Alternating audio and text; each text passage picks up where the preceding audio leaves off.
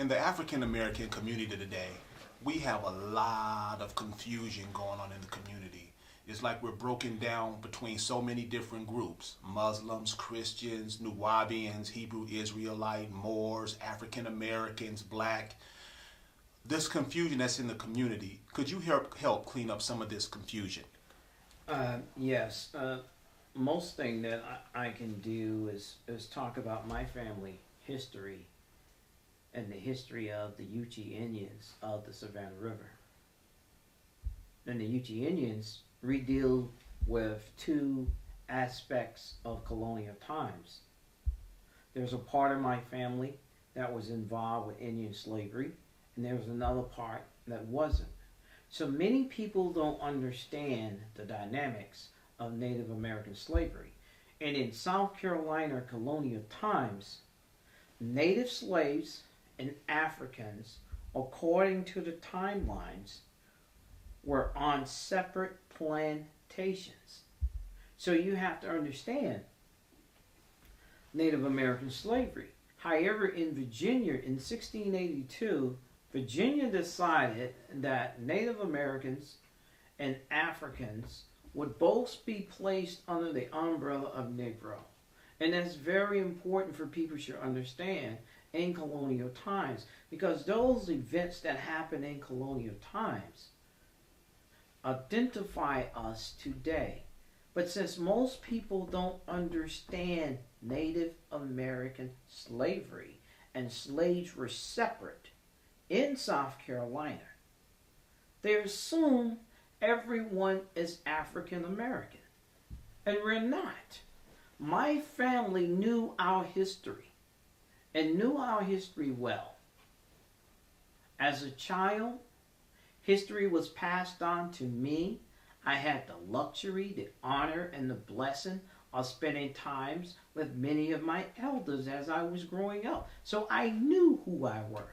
But what people need to understand with South Carolina is race reclassification. Who did you reclassify?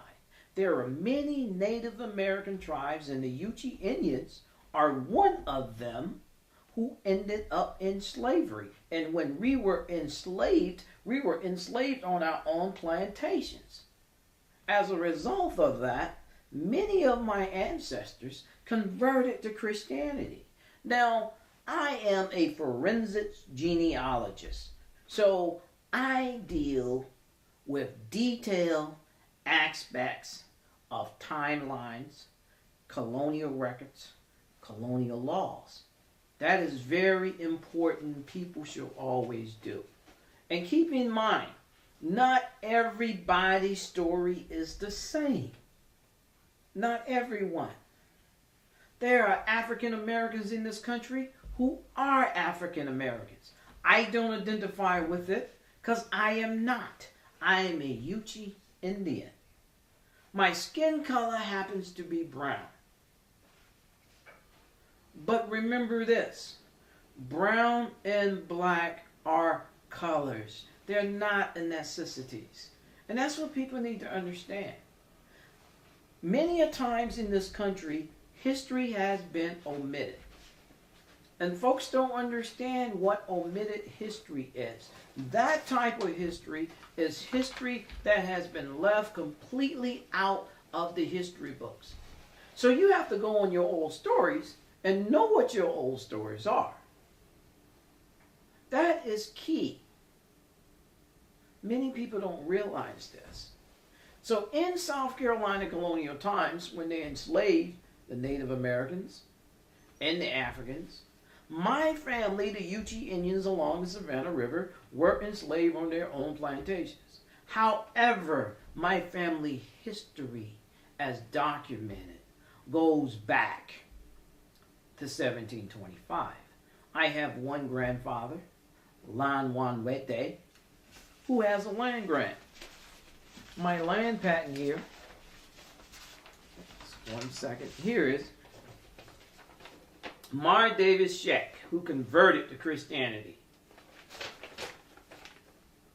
My great ancestor, 1773, converted to Christianity, changed his name We were settlement Indians to be left alone in the Savannah River Valley in the area now known as Allendale and Barnwell County.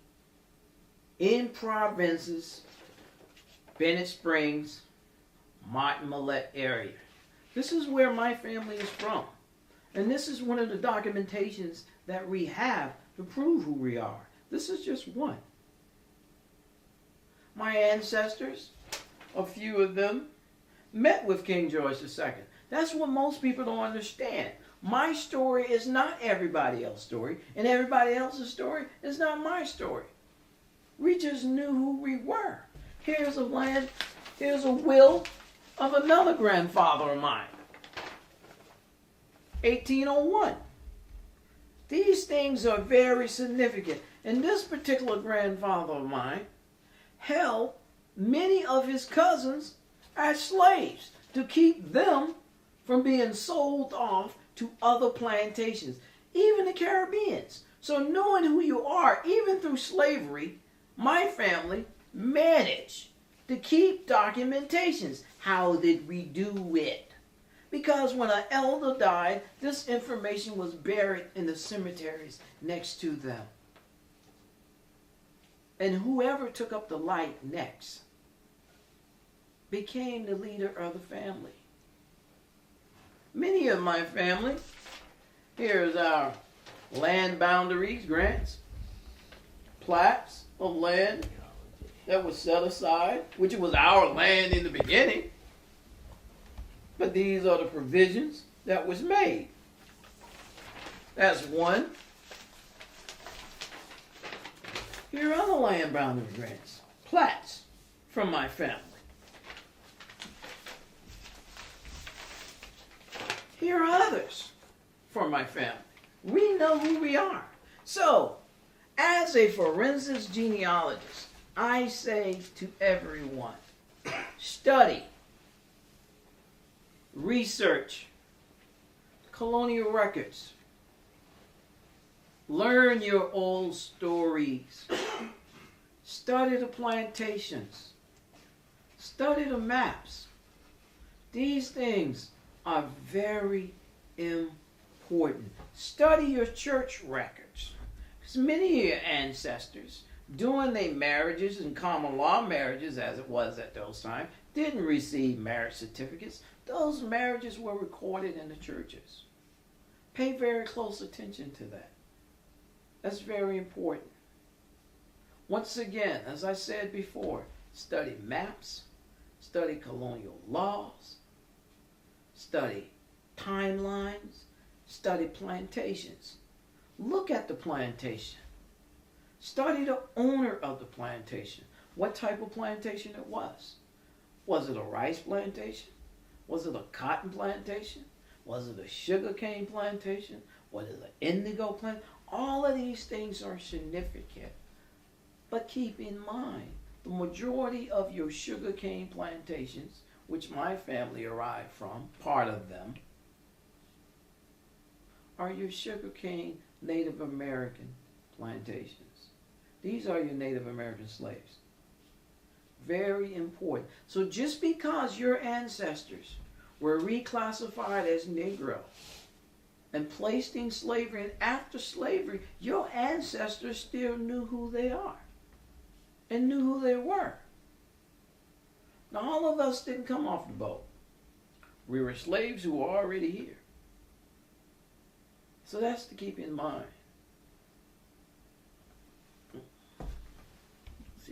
Chief, I had a question. Yes. My question is on the term black. We've been hearing the term black ever since I was a little kid. James Brown, Black and I'm Proud, he had a perm in his head. Black power, all of these things never seem to work. What is it about that term black that keeps us in the condition that we're in? First of all, black is a color. It's not a necessity. It deals with color. Doesn't deal with the ethnic of who you are. It deals with skin color. That's what people should be very careful with and understand it. Brown is a skin color. These things are colors, not your necessity. And Chief, one more thing. I have never in my life seen no body who was the color black. I mean, when we say black, it's like the color of my camera is black. The color of some shoes are black. Why are we so engulfed, and why do we take on that color like that's who we really are? Because that is what was labeled and given to us. You don't find many white folks saying they're white. When you sit down and talk to them, they will tell you they're Scottish, or Irish, or German. That's what they will tell you, or Italian. Why is it that black folks are always talking about black? Where? Do you know what tribe you descend from? My tribes don't descend from Africa. They descend from right here in the Savannah River. Yuchi. Over 1,000 years. That's who we are. Through slavery, we're still here. Jim Crow, we're still here. The 50s and 60s, civil rights, we're still here. And we are here today. Yuchi. That's who we were. That's who we are. That's who we've been. That's who we continue to be. That's who I am today. I am a Yuchi Indian.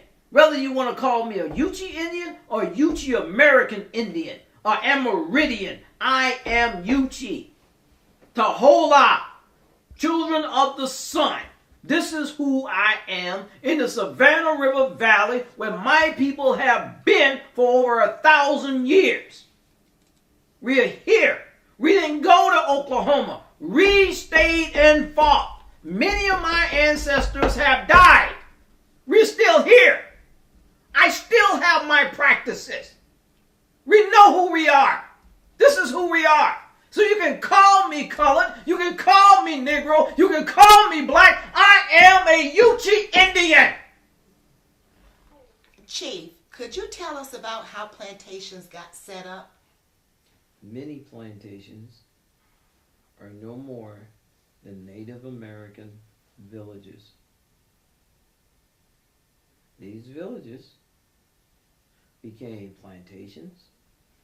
They became cities. They became townships. Many became towns. That's what they are today. Native American slaves, they came in, raided, and enslaved villages in South Carolina. And a lot of these raids were done by Indian traders. And most folks don't understand Indian traders traded Indians as slaves. That is very important, but it's not looked upon like that in history because people think these men were just trading with the Indians. They were also trading people. Okay, so bottom line, they conquered the towns and the pieces of earth that the people were already on, and that became a plantation. That's what I just said. Okay, Chief, throughout the years we've been known as Indians, colored, blacks, all these other names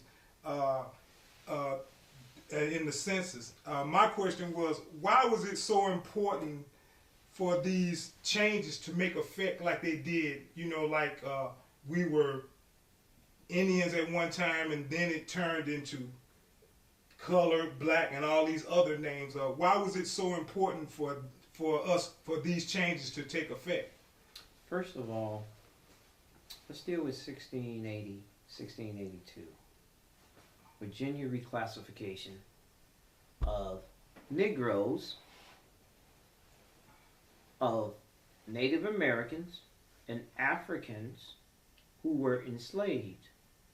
However, that became the norm across the board. Now, let's deal with South Carolina. And what you have to understand, in order to make people extinct, you must remove their identities. And that's what they did. What's the purpose for removing their identity? For the conquering of the land. The indigenous people, the aboriginal people, hold aboriginal title to the land. South Carolina decided, as well as Georgia, for a very long time, for hundreds of years, there are no more Indians in the state. So after the Indian removal, those of us that remain became colored. Now, let's pay very close attention to the term mulatto, which gets a lot of people confused. First of all, the first definition of mulatto dealt from the 1600s up until the mid 1800s was a mulatto was a Native American and a Negro. The offspring of that person was a mulatto. The term they used in those times was a Negro and a Native. Oftentimes you will find it in the dictionary as stating a Native woman or man and a black or Negro. Remember, they're playing with color. So you got to look at the timelines in these different definitions. But after 1924, the mulatto definition changes. Now it is an interracial black and white, as they call it, person. Now, what is significant about that? Because when your ancestors, and you're looking up your ancestors in the 1800s, that particular definition don't even apply. So you have to follow timelines to understand this. That is the most important thing about being an effective genealogist. You have to deal with specifics and timelines. Stay away from the Dawes roll because they don't apply to you unless you know your family went to Oklahoma and came back. What you need to deal with is the reclassification of people, racial codes, statute laws. There are hundreds of court cases in the 1700s of people having to defend who they are but being coded as free people of color. Because later in life, the free people of color, they also tied that to the African. But in the colonial times, we're talking about Native people. So why put these two groups of people under the same umbrella? These no more than colonial laws of wanting to write people out of history. But these tribes are still here, and you're looking at one descendant of them.